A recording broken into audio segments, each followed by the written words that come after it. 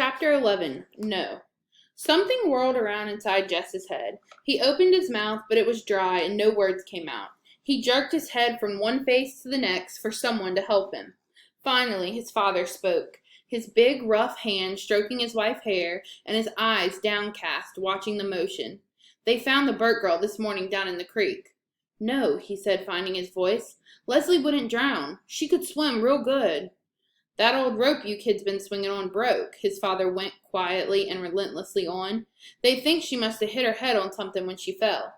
No, he shook his head. No. His father looked up. I'm real sorry, boy. No, Jess was yelling now. I don't believe you. You're lying to me. He looked around again wildly for someone to agree, but they all had their heads down except Maybelle, whose eyes were wide with terror. But Leslie, what if you die? No, he said straight at Maybelle. It's a lie. Leslie ain't dead. He turned around and ran outside the door, letting the screen bang sharply against the house. He ran down the gravel to the main road and then started running west, away from Washington and Millsburg and the old Perkins place. An approaching car beeped and swerved and beeped again, but he hardly noticed.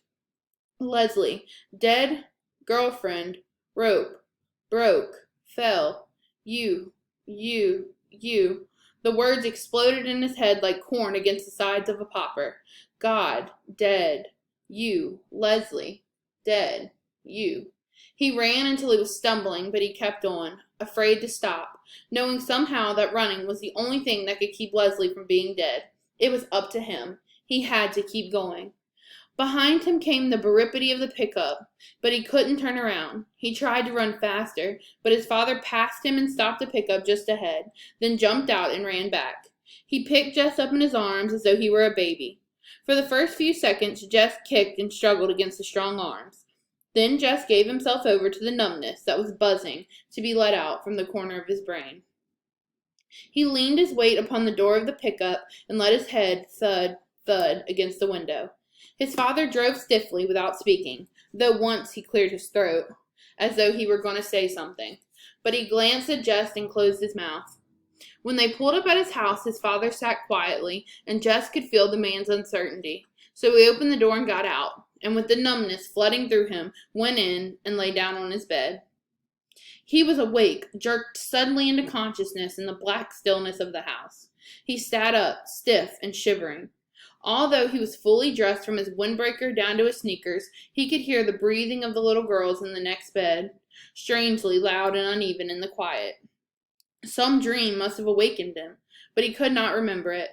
He could only remember the mood of the dread of it had brought with it. Through the curtainless window he could see the lopsided moon with hundreds of stars dancing in bright attendance. It came into his mind that someone had told him that Leslie was dead. But he knew now that it had been part of the dreadful dream. Leslie could not die any more than he himself could die. But the words turned over uneasily in his mind, like leaves stirred up by a cold wind. If he got up now and went down to the old Perkins place and knocked on the door, Leslie would come to open it, P.T. jumping at her heels like a star around the moon. It was a beautiful night.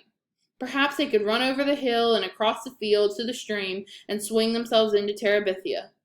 They had never been there in the dark, but there was enough moon for them to find their way into the castle, and he could tell her about his day in Washington, and apologize. It had been so dumb of him not to ask if Leslie could go too. He and Leslie and Miss Edmonds could have had a wonderful day. Different, of course, from the day he and Miss Edmonds had had, but still good, still perfect. Miss Edmonds and Leslie liked each other a lot. It would have been fun to have Leslie along. I'm real sorry, Leslie. He took off his jacket and sneakers and crawled under the covers. I was dumb not to think of asking. It's okay, Leslie would say. I've been to Washington thousands of times. Did you ever see the buffalo hunt? Somehow it was the one thing in all of Washington that Leslie had never seen, and so he could tell her about it, describing the tiny beast hurtling to destruction. His stomach felt so suddenly cold. It had something to do with the buffalo, with falling, with death. With the reason he had not remembered to ask if Leslie could go with them to Washington today.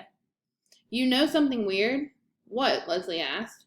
I was scared to come to Terabithia this morning. The coldness threatened to spread up from his stomach. He turned over and lay on it. Perhaps it would be better not to think about Leslie right now. He would go to see her the first thing in the morning and explained everything. He could explain it better in the daytime when he had shaken off the effects of his unremembered nightmare. He put his mind to the remembering the day in Washington, working on details of pictures and statues, dredging up the sound of Miss Edmonds' voice, recalling his own exact words and her exact answers.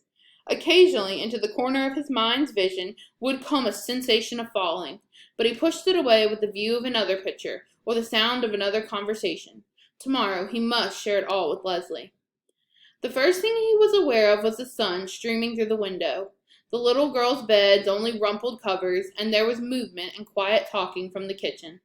Lord, poor Miss Bessie! He'd forgotten all about her last night, and now it must be late. He felt for his sneakers and shoved his feet over the heels without tying the laces. His mother looked up quickly from the stove at the sound of him. Her face was set for a question, but she just nodded her head at him. The coldness began to come back. I forgot Miss Bessie. Your daddy's milking her. I forgot last night, too. She kept nodding her head. Your daddy did it for you. But it wasn't an accusation. You feel like some breakfast?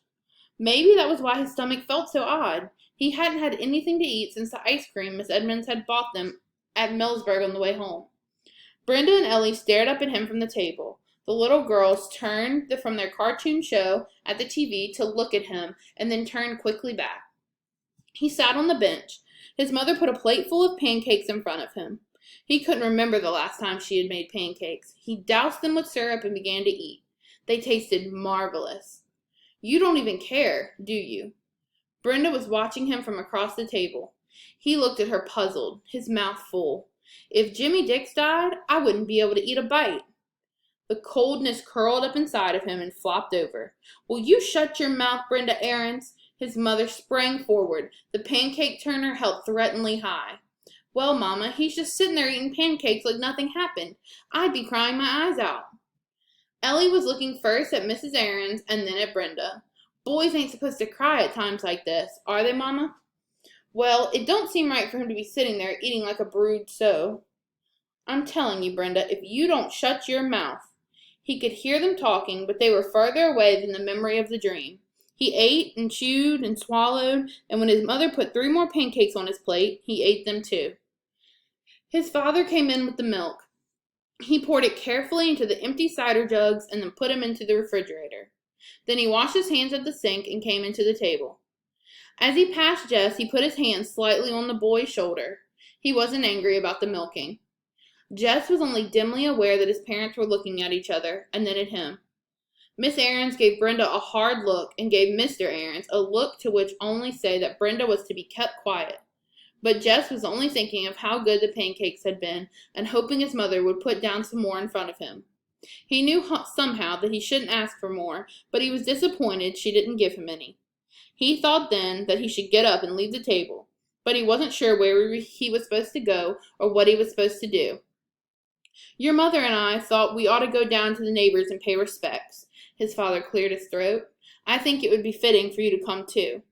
He stopped again. Seeing you was the only one who really knowed that little girl. Jess tried to understand what his father was saying, but he felt stupid. What little girl? He mumbled it, knowing it was the wrong thing to ask. Ellie and Brenda both gasped.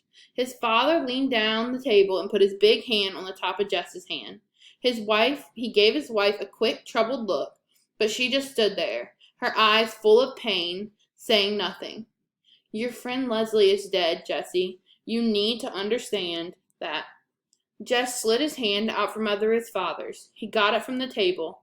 I know it ain't an easy thing. Jess could hear his father speaking as he went into the bedroom. He came back out with his windbreaker on. You ready to go now?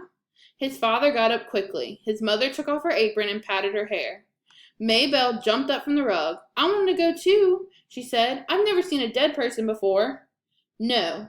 Maybelle sat down again as if slapped down by her mother's voice. We don't even know where she's laid out at, Maybelle, Mr. Aarons said more gently.